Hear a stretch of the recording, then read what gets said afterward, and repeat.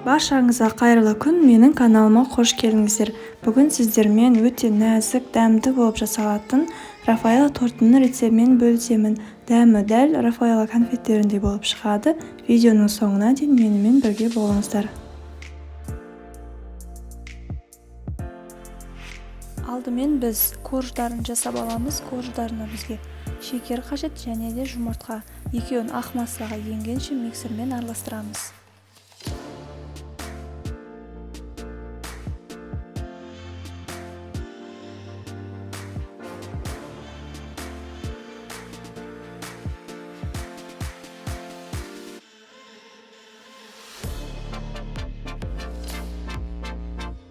Жұмыртқа мен шекерімізді миксерлеп болған соң, ұнымызға ұн қопсытқыш қосып, екеуін араластырып електен өткіземіз.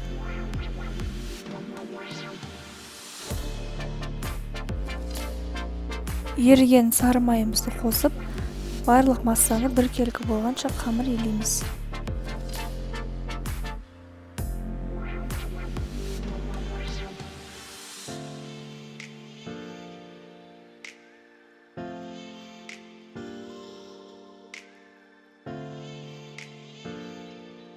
Біздің қамырымыз дайын. Енді оны мұздатқышқа жарты сағатқа қойып қоямыз.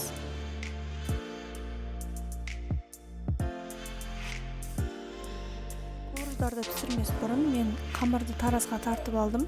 Менде 521 грамм шықты және оны 5 бөлікке бөліп, қамырды осылай видеода көрсетілгендей жайдым. Астына пергамент қағазын төсеп алып, видеода көрсетілгендей домалақ етіп жайып шығамыз.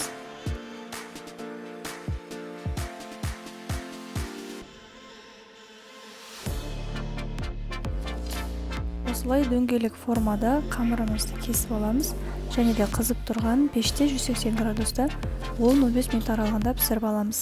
Корждың беті қызару керек. Енді кремін жасаймыз. Бізге 200 грамм ақ шоколад керек және де оның үстінен 200 грамм 20% қаймақ. Екеуін бірге біркелкі болғанша жай оттың астында ерітеміз, баяу отта ерітеміз.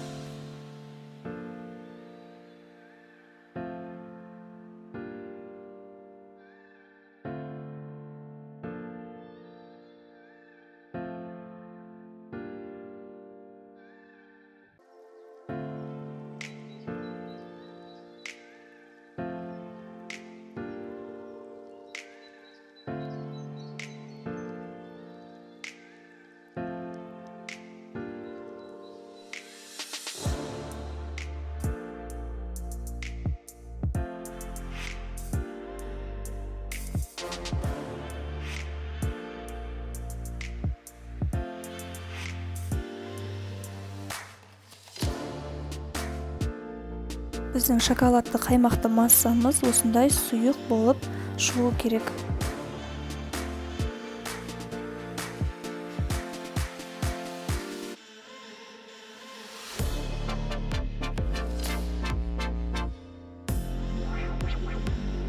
Кремін жасау үшін бізге сүзбелі ірімшік керек және де шекер, екеуін біркелкі болғанша миксермен араластырып аламыз.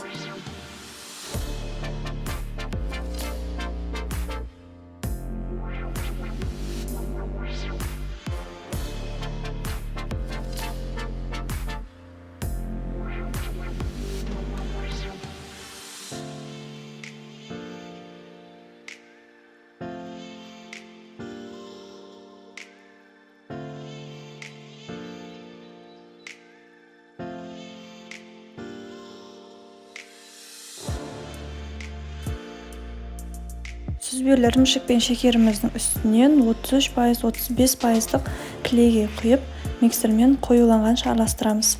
Қатты қою болып кетпеу керек және де ең соңында олардың үстінен біздің суыған шоколадты қаймақты массамызды құямыз.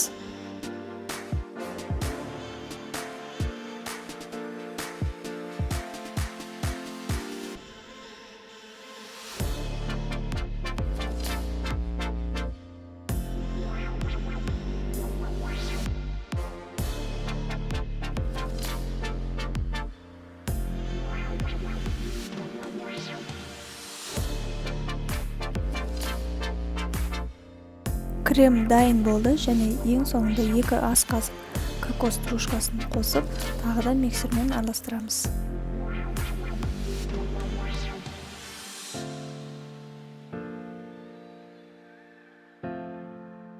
Енді біз тортымызды жинаймыз. Бізге подложкамен қалып керек. Подложкаға крем жағып жіберіңіздер. Сол кезде біздің корждарымыз жылжып кетпейтін болады.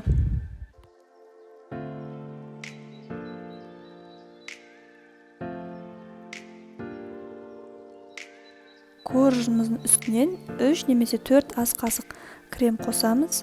Крем барлық коржға тиіп шығу керек.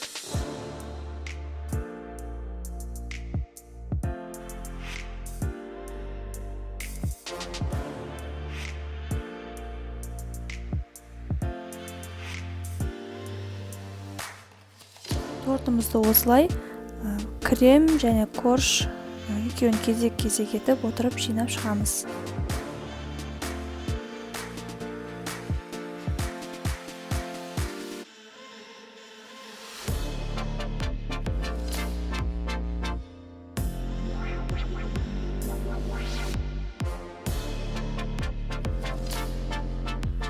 Біздің тортымыз дайын.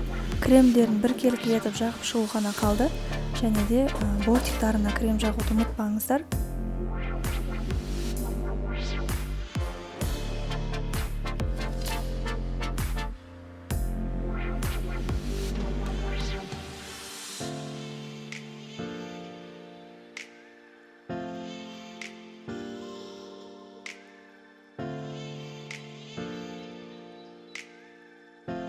Тортымызды шпательдің көмегімен тегістеп шықтым. Енді тортымызды кокос стружкасымен қаптап шығамыз.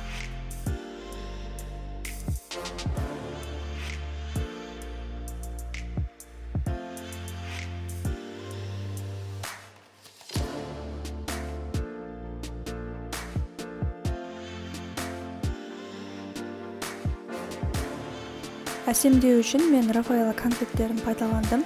Кез келген шоколадтардың түрін пайдаланса болады. Құлпынай мен жеміс-жидектермен әсемдеуге де болады. Корждарға крем сіңу үшін кем дегенде тоңазытқышта 2-3 сағат тұру қажет. Біздің Рафаэлло тортымыз дайын. Астарыңыз дәмді болсын. Дәмі дәл Рафаэлло конфеттеріндей болып шығады. Үй іштеріңізге жасап қуантып қойыңыздар. Видеоның соңына дейін менімен бірге болғандарыңыз үшін үлкен рахмет. Сіздермен бірге болған Арай.